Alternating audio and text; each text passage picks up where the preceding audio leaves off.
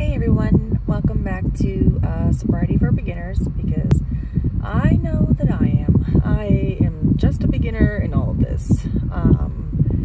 Something happened yesterday and kind of went back to like my normal thinking, the normal way that I would think when I was drinking. Like, I'm right, you're wrong, I'm gonna go to the end of the world to prove that I am right and you are wrong. Like, I was in one of those modes yesterday. Like, it started out with, I was at work and I had found a problem and I had come up with the solution that I believed that this was going to fix the problem. Like, this is what we need to do.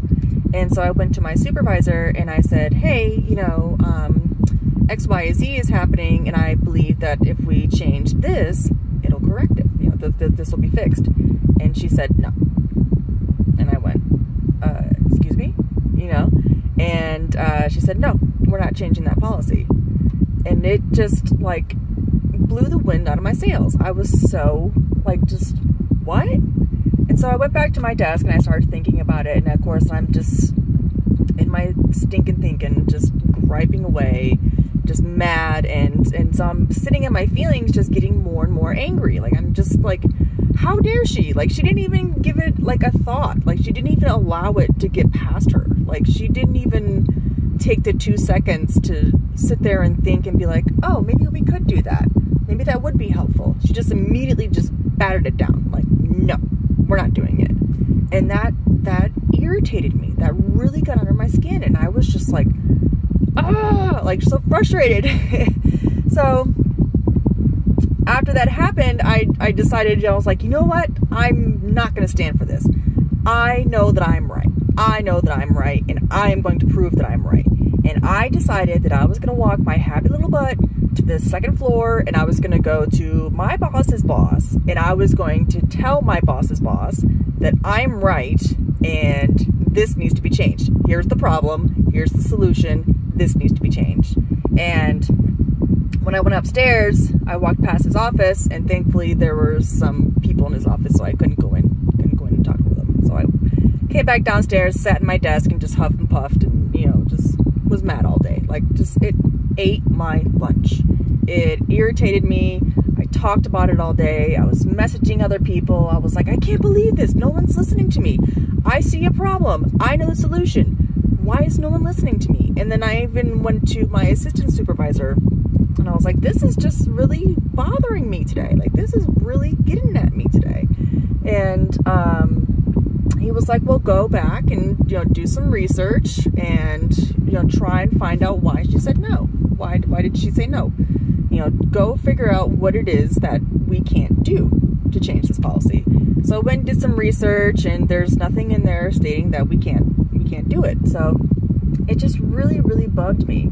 And so finally later in the day, my supervisor called me back over to her desk, and she said, you know, what's going on? Why are you sitting in your feelings? Like, why are you sitting here so grumpy? And I was like, I didn't like that. I did not like how that happened. You told me no, and I couldn't accept it. You know, that angered me. That made me upset. And she was like, well, why didn't you come back to me? Why didn't you come back to me and ask me, why did I say no? Why didn't you, you know, like, contest it? Why didn't you come back and be like, hey, I need an explanation. Why did this happen? Why are you saying no? And it threw me off, because I was like, I don't know. I don't know why I didn't come back to her. I don't know why I didn't go back and be like, why are you telling me no? Why are you telling me I can't do this? Like, why are you telling me this isn't going to happen? It never came to mind that I could go back to her and find out, like, why did she tell me no?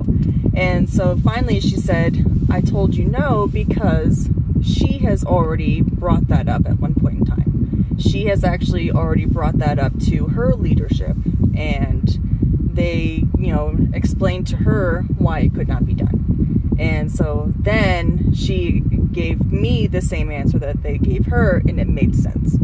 And, you know, she went through the whole procedure, and as far as everything that's goes with the policy and all that stuff, and so finally it did make sense. But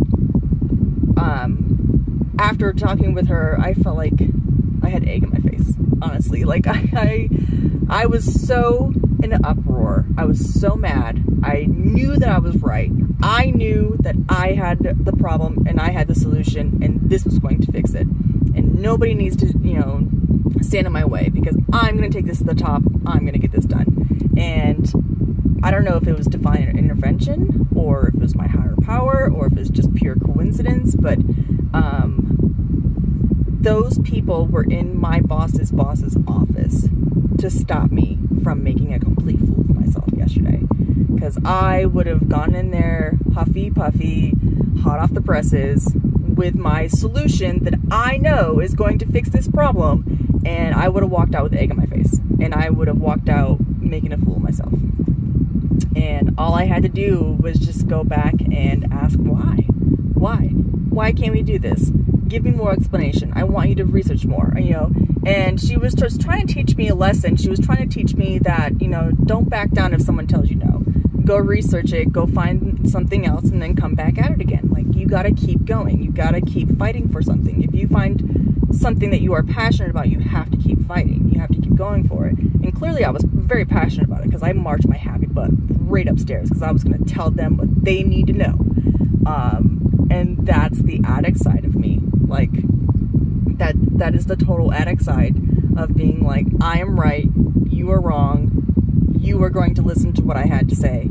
And I was actually the one that needed to insert foot in mouth. And my higher power saved my butt yesterday because I was going to make a fool of myself. I was going to be embarrassed. I was going to eat crow. It was going to be bad. But thankfully, there were other people in my boss's office, and I didn't go in there and make a fool of myself. And all I did was just get myself riled up and create stinking thinking.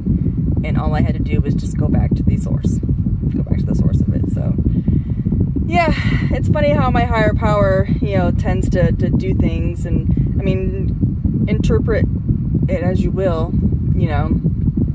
But I definitely think my higher power was like, whoop, slow your roll, honey. You're gonna find yourself, you know, in a bad situation. So it definitely, you know, put those people there to stop me. So it was an interesting day yesterday. I'm glad that it happened, and I talked about it in my meeting last night, and everybody was like, yep, that was your higher power. It slowed you down because you were